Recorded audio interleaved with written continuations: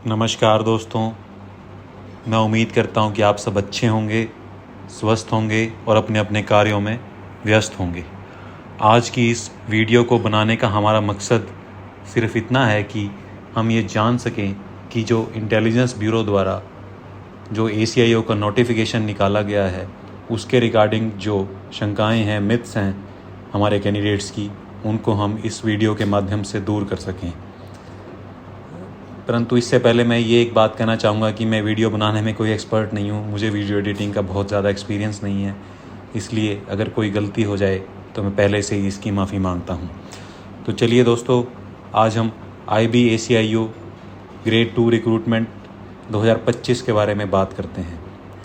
ये रिक्रूटमेंट का नोटिफिकेशन 14 जुलाई को आया है, जैसा कि आप सब देख सकते हैं कि मैं वीडियो में आपको दिखा रहा हूँ। ये एक शॉर्ट नोटिस है और इसका जो फुल डिटेल नोटिफिकेशन है 19 जुलाई को निकलेगा। और आज तक के जो इंटेलिजेंस ब्यूरो के इतिहास में ये नंबर ऑफ़ वैकेंसीज़ की अगर बात करें तो ये हाईएस्ट है। कितनी वैकेंसीज़ हैं? 3717। तो इतनी वैकेंसीज़ आज तक तो आई नहीं है। तो ये एक सुनहरा मौका है हमारे कैंडिडेट्स के लिए, एस्पिरेंट्स के लिए जो तैयारी कर रहे हैं हमारे कम्पिटिटिव एग्ज़ाम्स की। तो उनके लिए एक बहुत ही अच्छा मौका है जिससे ये एग्ज़ाम क्लियर करके अपना एक कैरियर सही राह की ओर अग्रसर कर सकते हैं वो। तो हम बात कर लेते हैं इंपॉर्टेंट डेट्स की। 14 जुलाई को इसकी नोटिफिकेशन रिलीज़ हुई, 19 जुलाई को डिटेल निकलेगी। एप्लीकेशन प्रोसेस भी 19 जुलाई को स्टार्ट होगा और 10 अगस्त 2025 तक इसकी लास्ट डेट टू अप्लाई है। अगर हम बात करें एग्ज़ाम डेट की, अभी वो क्लियर नहीं हुई हैं, वो डिटेल नोटिफिकेशन में क्लियर होंगी। मोस्ट प्रोबेबली ये एग्ज़ाम सितंबर एंड में या अक्टूबर शुरू में होगा, क्योंकि 1.5-2 महीने के अंदर ये एग्ज़ाम हो जाता है उसके नोटिफिकेशन में। तो अगर अब डिटेल डिस्ट्रीब्यूशंस की बात करें तो अनरिजर्व्ड यानी UR कैटेगरी में जनरल कैंडिडेट्स में 1537 वैकेंसीज़ हैं और अच्छी नंबर ऑफ़ वैकेंसीज़ हैं। EWS की इकोनॉमिक वीकर सेक्शन की 442 हैं, OBC की 946 हैं, SC की 566 है और ST की 226 हैं। कुल मिला के 3717 हैं, जो कि अब तक हाईएस्ट है। अगर इसकी हम एलिजिबिलिटी की बात करें in terms of educational qualification, हाँ, नेशनल इंडियन सिटीजन होना चाहिए डेफिनेटली। एजुकेशनल क्वालिफ़िकेशन की बात करें तो बैचलर डिग्री होनी चाहिए, यानी कि BA भी हो सकता है, BCom हो सकता है, BCA, BCom, BTech, ये सब डिग्री हमारी इसमें एलिजिबल है। और जनरल कैटेगरी के लिए एज की अगर बात करें 18 से 27 साल है। 10 अगस्त को होनी चाहिए ये, 10 अगस्त 2025 को जो एलिजिबिलिटी है वो उस दिन को डेट रखी गई है। OBC को 3 साल की रिलैक्सेशन है, SC ST को 5 साल की है और जो डिपार्टमेंट में होम मिनिस्ट्री के अंदर जो काम कर रहे हैं उनकी उम्र 40 साल तक रिलैक्सेशन है। और विडो और डाइवोर्स की उम्र में 35 साल है और SC ST कैटेगरी में उसमें 40 है। तो ये नॉर्मल जो स्टैंडर्ड रहते हैं वही हैं, तो इसमें तो कुछ नहीं है। सबसे इम्पोर्टेंट यहाँ पे जो मेरे पास कल क्वेरीज आई हैं एस्पिरेंट्स की, वो रिगार्डिंग मेडिकल और फिज़िकल स्टैंडर्ड्स की ही थी, specially in terms of vision, colour blindness और फिज़िकल फिटनेस की। और हाँ, 2 क्वेरीज मेरे पास हियरिंग की भी आई थी कि किसी एक की क्वेरी थी कि एक लड़का एक कान से सुन सकता है परंतु दूसरे से नहीं, तो क्या वो एलिजिबल है? तो मोस्टली क्वेरी इसके बारे में थी, तो हम इसके बारे में जानने की कोशिश करेंगे। फर्स्ट ऑफ ऑल हम जानते हैं कि फ़िज़िकल हाइट यानी हाइट के बारे में 165 सेंटीमीटर यानी 5 फुट 5 इंच, 5 फुट 5 इंच ये मेल की हाइट है और ये फीमेल में है 157 सेंटीमीटर यानी 5 फुट ये 2 इंच के करीब बनेगी। हाँ, ये ऐसा बनेगा कुछ। हाँ, विजन में, हाँ, ये बात करते हैं कि ग्लासेस जो डालते हैं, स्पेक्स डालते हैं, वो एलिजिबल हैं कि नहीं। वो बिल्कुल एलिजिबल हैं अगर वो स्पेक्स डाल के 6/6 और 6/9 की विज़न अचीव कर पा रहे हैं। अगर वो 6/6 और 6/9 की विज़न अचीव नहीं कर पा रहे ग्लासेस के साथ और ग्लासेस के बिना, तो वो एलिजिबल नहीं है। तो कितने भी नंबर का चश्मा हो, बट अगर वो विज़न देख पा रहे हैं तो वो एलिजिबल हैं। सबसे बड़ा इशू है यहाँ पे कलर ब्लाइंडनेस का है। कलर ब्लाइंडनेस यहाँ पे मेरे पास सबसे बड़ी क्वेरी है कि पार्शियल ब्लाइंडनेस अलाउड है कि नहीं। Partial blindness, colour blindness allowed नहीं है और टोटल तो बिल्कुल होगी ही नहीं। तो बड़ा इशू यही है कि कलर ब्लाइंडनेस किसी भी रूप में एलिजिबल नहीं है। और फिज़िकल फिटनेस में रनिंग 1.6 के 1600 मीटर की 15 मिनट में रनिंग है, या साइकिलिंग 8 किलोमीटर 30 मिनट में। सिमिलरली फ़ीमेल के लिए 1 किलोमीटर की रनिंग है 15 मिनट में और साइकिलिंग 5 किलोमीटर 30 मिनट में, ये स्टैंडर्ड। और हाँ, जो क्रॉनिक डिसीज़र है, मेडिकल कंडीशंस हैं, नॉक नी है, फ्लैट फुट है, varicose vein, squint, normal joints और क्रॉनिक डिसीजेस जिसको नहीं है वही अलाउड हैं। डिफॉर्मिटीज़ किसी तरह की अलाउड नहीं है इसमें। एज मेडिकल स्टैंडर्ड बहुत टफ है।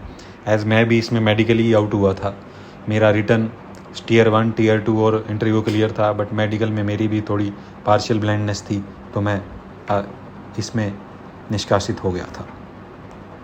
अब बात करें हम हियरिंग की, ये भी one of the major factor है।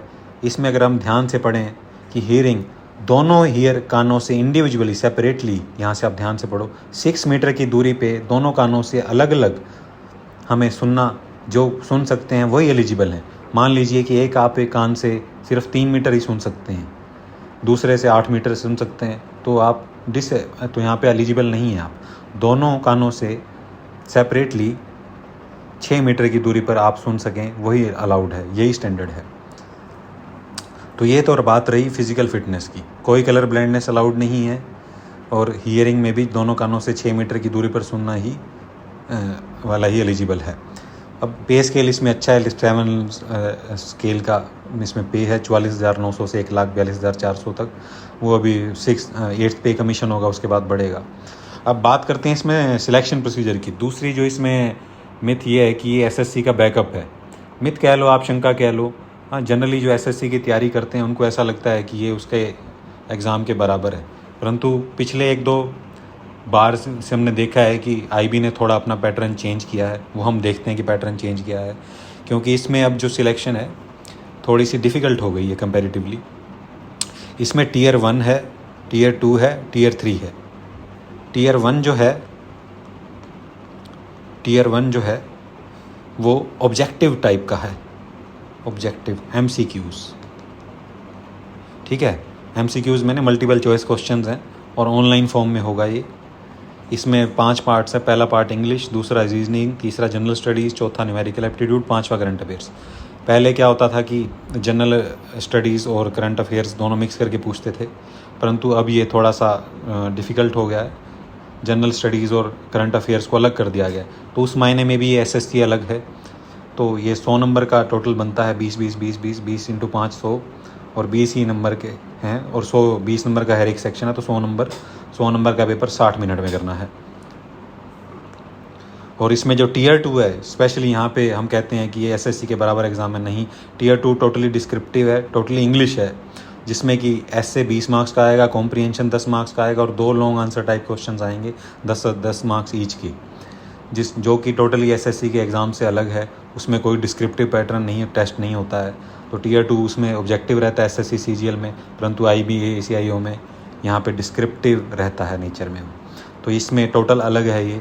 और तीसरा यहाँ पे इंटरव्यू प्रोसेस, इंटरव्यू रहता है टीयर 3 में, इंटरव्यू रहता है जिसके अंदर हम देख पाएंगे